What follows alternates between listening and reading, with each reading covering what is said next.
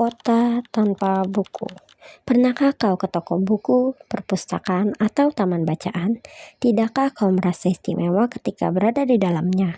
Di sekelilingmu ada berbagai toko dari dunia nyata dan khayalan. Tempat yang pernah kau kunjungi dan yang belum.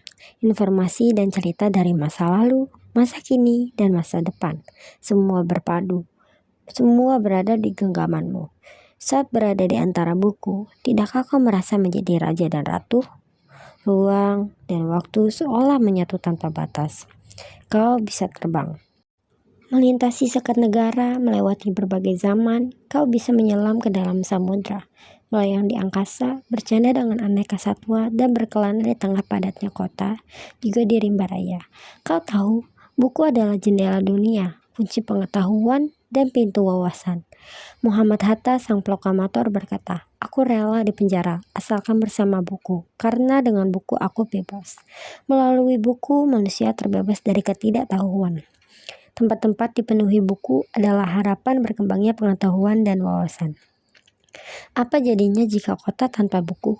Pantaskah dia disebut kota? Di kota itu, mungkin kabar datang dari sumber lain, dari koran, televisi, atau internet. Mungkin informasi dan cerita datang dari cerita nenek moyang, bagai dongeng-dongeng sebelum tidur. Irma warganya pun tiada beda. Bangun pagi, bertebaran di muka bumi untuk berbagai keperluan untuk kembali pulang siang atau sore harinya. Setelah itu mereka berangkat tidur dan melalui lagi hari berikutnya. Semua serupa. Di kota itu mungkin ada bangunan bernama perpustakaan. Di dalamnya buku-buku berderet dalam rak yang tak terjaman. Tiada tangan meraih dan membuka halaman demi halaman dengan sukacita. Mungkin juga ada tumpukan buku di sudut-sudut sekolah yang sepi dan berdebu. Jarang dikunjungi, jarang dibaca. Buku-buku di sana teronggok tanpa nyawa. Bagaimana dengan kotamu? Mungkin kau tinggal di tengah kota yang megah, di gang sempit, di desa terpencil, di sisir pesisir, atau di kaki gunung. Adakah perpustakaan, taman bacaan, atau toko buku di dekat rumahmu? Jika ada, apakah tempat itu menjadi wadah perkumpulan anak-anak dan warga? Menjadi pusat perkembangannya wawasan dan pengetahuan? Atau hanya menjadi pajangan?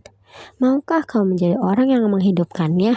Kau bisa mengunjunginya dan mengajak teman-teman membaca dan berbagi cerita di sana. Jadikan tempat itu sumber kegembiraan dan pengetahuan.